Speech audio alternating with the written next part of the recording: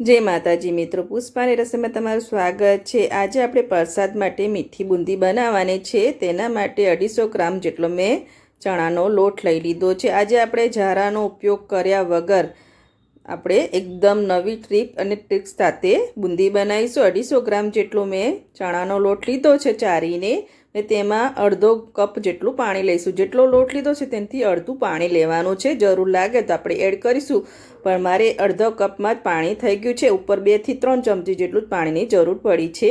બેટરને સરસ મેં ફેટી લીધું છે। હવે બુંદી માટેનું બેટર કેવી રીતે પરફેક્ટ છે તે ચેક કરવા માટે આપણે બેટરને 5 થી 7 મિનિટ માટે સતત એક જ ડાયરેક્શનમાં ફેટવાનું છે। આ રીતે ફેટતા જ રહીશું, તેનો કલર ચેન્જ થઈ જાય।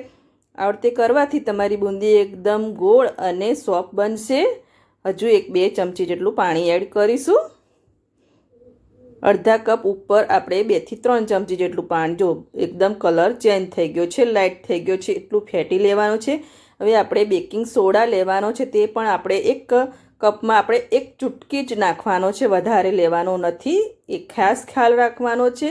1 ચપટીક જેટલો મેં લીધો છે અને તેને પણ એડ કરીને સરસ ફેટી લીધું છે। ટોટલ 7 થી 8 મિનિટ થઈ જાય તોય વાંધો નહીં, પણ હવે ચેક કરવાનું છે કે આપણું બેટર પરફેક્ટ છે કે નહીં।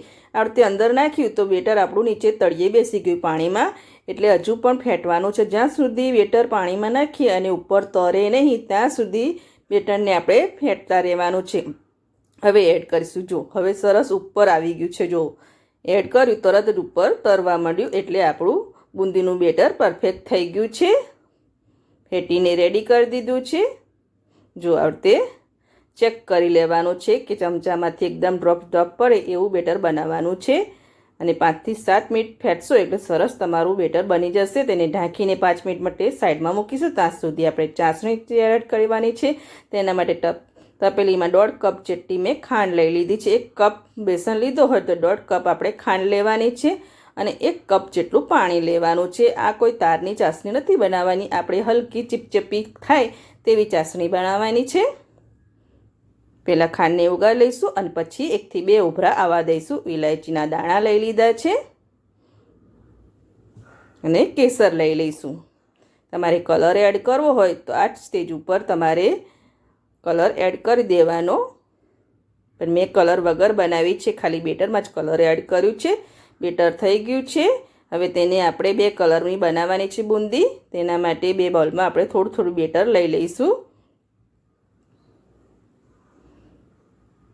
આપણે યલો તો બનશે, પણ આપણે ઓરેન્જ અને ગ્રીન કલરની બુંદી બનાવવાની છે, એટલે 1 બાઉલમાં આપણે અડધી ચમચી જેટલો ગ્રીન કલર લઈ લઈશું। ફૂડ કલર આવે છે તે લીધો છે, તેને સરસ મિક્સ કરી લેવાનો છે।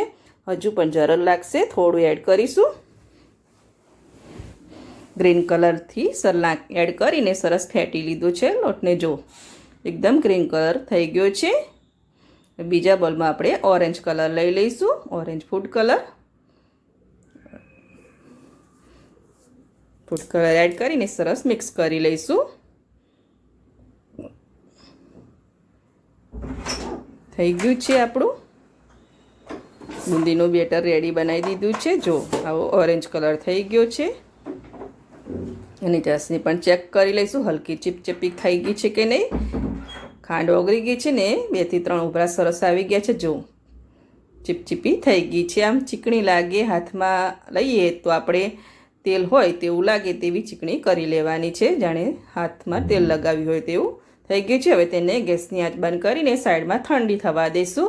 હવે આપણે ઝારાનો ઉપયોગ નથી કરવાનો બુંદીના, આપણે આ રીતે કોઈ પણ ખમણીની જારી હોય તે લઈ લેવાની છે, કાં તો આ રીતે છીણ હોય છે તે પણ છીણમાં નાની પડે છે, એટલે તેનો ઉપયોગ આપણે નહીં કરીએ। પણ આ રીતે મેં 1 બાઉલમાં કાણા પાડ લીધા છે,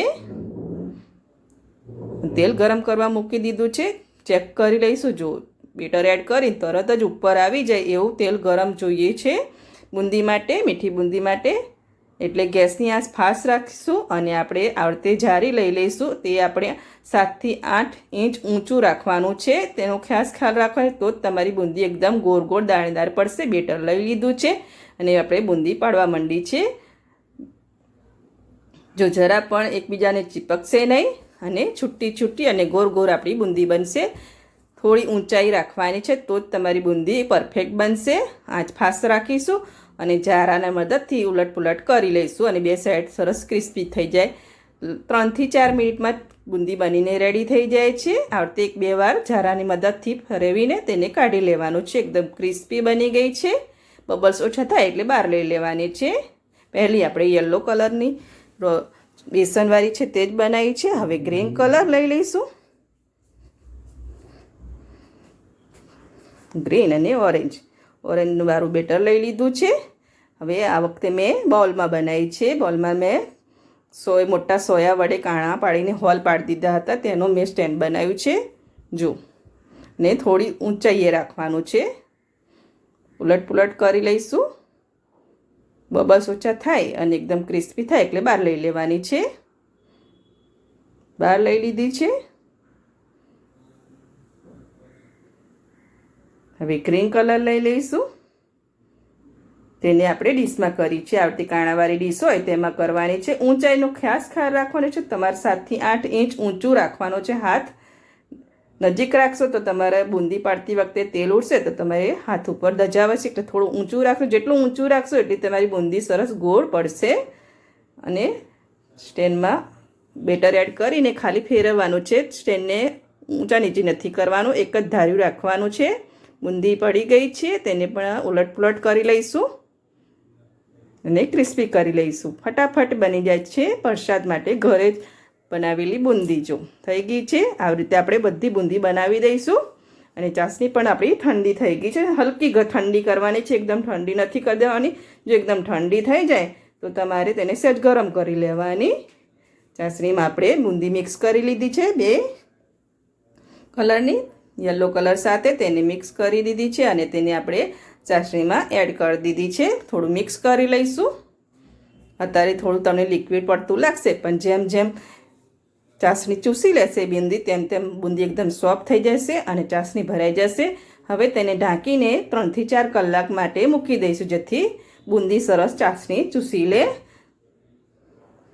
3 થી 4 કલાક માટે ઢાંકીને મૂકી દીધી છે. 3 થી 4 કલાક થઈ ગયા છે. ચેક કરી લઈશું. જો એકદમ બધી જ ચાસણી બુંદીએ ચૂસી લીધી છે અને એકદમ ચૂસી આપણી બુંદી બનીને રેડી થઈ ગઈ છે. હું તમને બતાવું. જો એકદમ ચાસણી પી લીધી છે. આપણી બુંદીએ બનીને રેડી થઈ ગઈ છે. હવે સર્વ કરીશું. સર્વિંગ પ્લેટ પર લઈ લીધી છે પ્રસાદ માટે બુંદી. ઝટપટ બની જાય એવી અને ગોળ દાણા જેવી આપણી મોતીના દાણા જેવી આપણી બુંદી બનીને રેડી થઈ ગઈ છે. તમે એકવાર જરૂરથી ટ્રાય કરજો.